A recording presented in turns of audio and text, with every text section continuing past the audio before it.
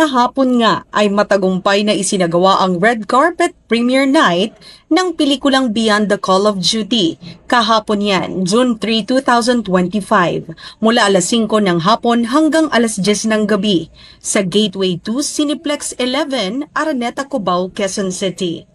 Dinaluhan ang espesyal na gabi ng mga artistang kabilang sa pelikula, mga taga-suporta at mga opisyal mula sa Philippine National Police, PNP OLC Foundation Incorporated at Bureau of Fire Protection. Isa-isang naglakad sa red carpet ang mga personalidad na bahagi ng pelikula, kabilang na ang dating hepe ng PNP na si Police General Romel Francisco Marbil, kasama ang kanyang may bahay na si Mrs. Mary Rose Marbil at ang mga miyembro ng PNP OLC Foundation Incorporated.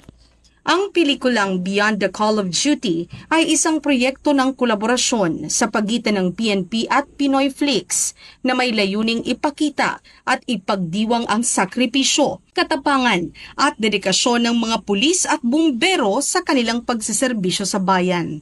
Sa pamamagitan nito, layon ding palakasin ang moral ng mga lingkod bayan, palalimin ang ugnayan ng kapulisan sa komunidad, at baguhin ang negatibong persepsyon sa PNP sa pamamagitan ng makatotohanang paglalantad ng kanilang tunay na layunin bilang tagapangalaga ng kapayapaan at kaayusan sa bansa. Narito naman ang mga naging pahayag ng mga taong nanood sa pelikula. Maraming sa akin moments na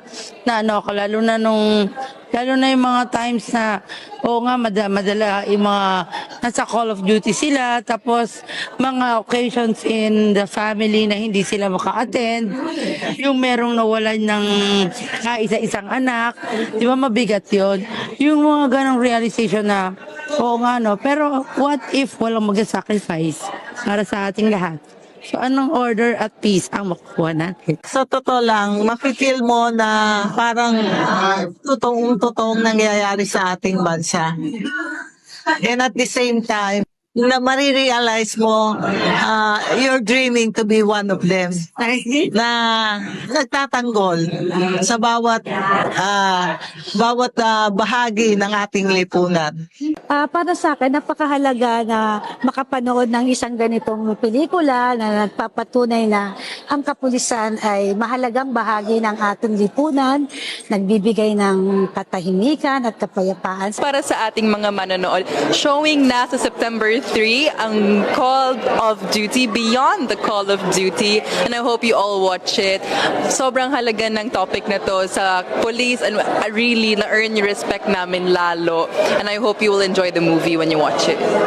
Beyond Call of Duty is out today. We just watch it, and it will be out in nationwide in Cinema Philippines. Make sure you get your ticket and watch the movie Beyond Call of Duty Philippines, about how the police protects its own citizens. So it's an amazing movie. Make sure you watch it so you can learn. So kita-kita tayo. Let's watch Beyond the Call of Duty. See you po. Saludo talaga sa mga pulis dahil yun ang deserve nila. Naging emosyonal at makabuluhan ang gabi para sa lahat ng dumalo, na nagbigay pugay sa mga bayani ng modernong panahon, ang mga pulis at bomberong handang magsakripisyo para sa bayan. Mula dito sa Gateway 2, Araneta, Cubao. Ako ang inyong PNN correspondent, Patrolwoman Melanie Mapa, nagbabalita para sa Police News Network, alagad ng batas, tagataguyod ng Balitang Pulis.